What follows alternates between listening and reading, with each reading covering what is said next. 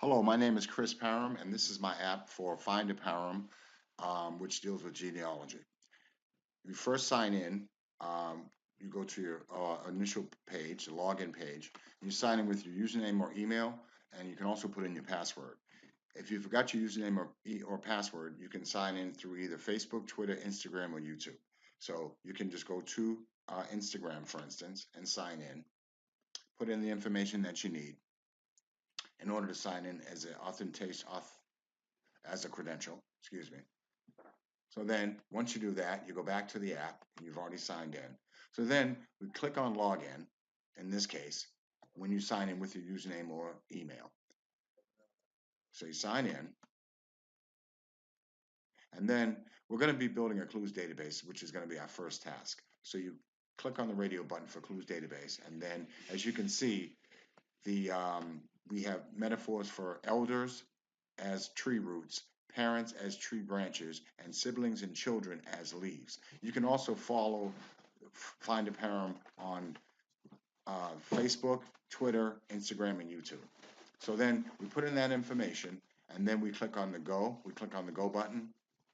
So then we put in, since we're building a clues database, we put in first name for Isaac, last name Parham, and then possible birthplace of ancestor, county, city, town, or state, and the birth year. So you put that information in, and you can also put in a keyword to match all items exactly if that's what you choose to do. So then you click on the search button, and then the Isaac Parham that we're looking for is actually my great great grandfather, Isaac Parham, born in West Medford, Mass, in Ward 6, born in 1865. So we're going to go up and we're going to click on his name on that link because a bunch of Parhams come out. So then we get his information, who his mother was, his grandfather on a scrollable list, who his siblings were, so on and so forth. So then what you do is you save those items in the clues database and you click on yes with the radio button. And then we're going to go down to the clues database and click on that link. And then all the information is right there. Photos and ancestors, birth, marriage, and death records, U.S. military, U.S. Census, and also U.S. immigration. So while it's saving in the clues database, we can click on that link and go to the next screen, which shows us the progress of this particular relative um, being put into the clues database. So as you can see, it's at 50%, item being saved to clues database.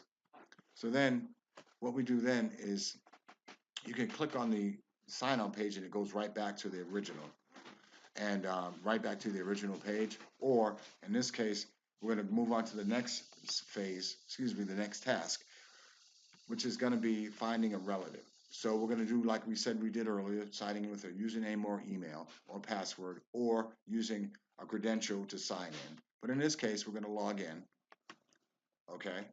And then we're going to go to click on the radio button that says find relatives via database. So then we click on that, we click on the go button, and then you put in the relative's name, first name, last name, which is Parham, P-A-R-R-U-M, because in this case, what we're doing, we're trying to find a Parham that's related to Carla that is spelled P-A-R-R-U-M. So then we put that information in for Isaac Parham. And Isaac is related to this Parham that we're looking at, which is who's out in the West. Isaac Parham is related to that person also with Carla Parham. So then we click on Gene Logan, who is that person that we're looking for. We click on that, and then you you put in whether or not you have a GEDmatch ID number. So you click on yes, and then as you can see, it's a sibling, which is one of the metaphors. So you type in your GEDmatch number, and then you go to the next page, and your her GEDmatch number, Carla Parham's that is, matches up with Gene Logan's GEDmatch number, which is off by like one number. So they are related. And you can also go back in and put those same numbers in again for someone else that you may or may not think is related to you, related to Carla Parham, that is. So you could put in that number going back to the prior page and put in that number and do it again. Actually, through this page, I'm sorry. So now we're going to do the third task, which is Carla building her family tree. So we're going to click onto this. So you're going to put in your name, username, or email, and the password, and then you log in, just as we've done with the prior two. And then you log in. Then you build your tree via the database, and you click go.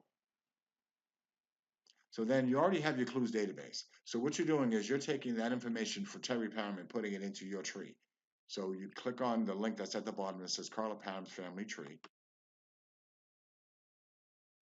And then Terry Parham is a relative. So what you can also do is you can check these links against your tree results. So you can go to ancestry.com and click on that link.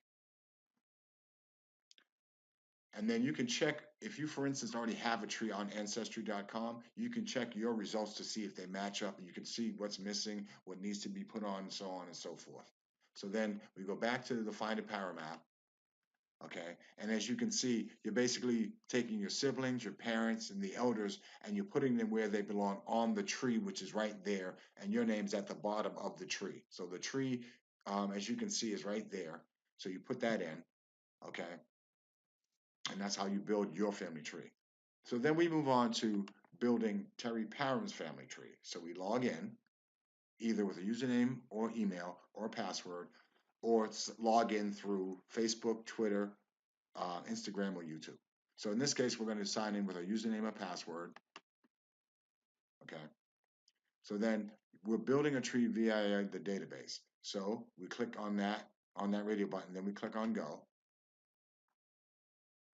Then as you can see, this person's name is already in the clues database, Isaac Parham. Okay, so Terry Parham is a relative of Isaac Parham. Isaac Parham is Terry Parham's great great great grandfather. So we click on the family tree for Terry Parham, his family tree. Okay, so then, like I say, we do the same thing as we've done with the other one in building Carla Parham's family tree. It's the same type of procedure. Elders right up here, parents, siblings, more elders over here. This particular Parham born in 1855. Okay, so Isaac Parham again is Terry Parham's great great great grandfather. And Terry Parham in reality is actually my cousin who lives down in Maryland right now, as a matter of fact. So then we click on My Heritage as an example to see what is on that tree and to see and to match up to see what's missing, what's not missing, what's there, and what needs to be replaced, what needs to be put on there.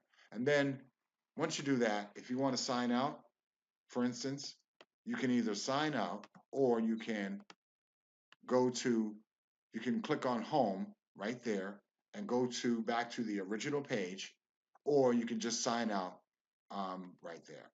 Thank you very much, and I appreciate it. My presentation is over. Thank you.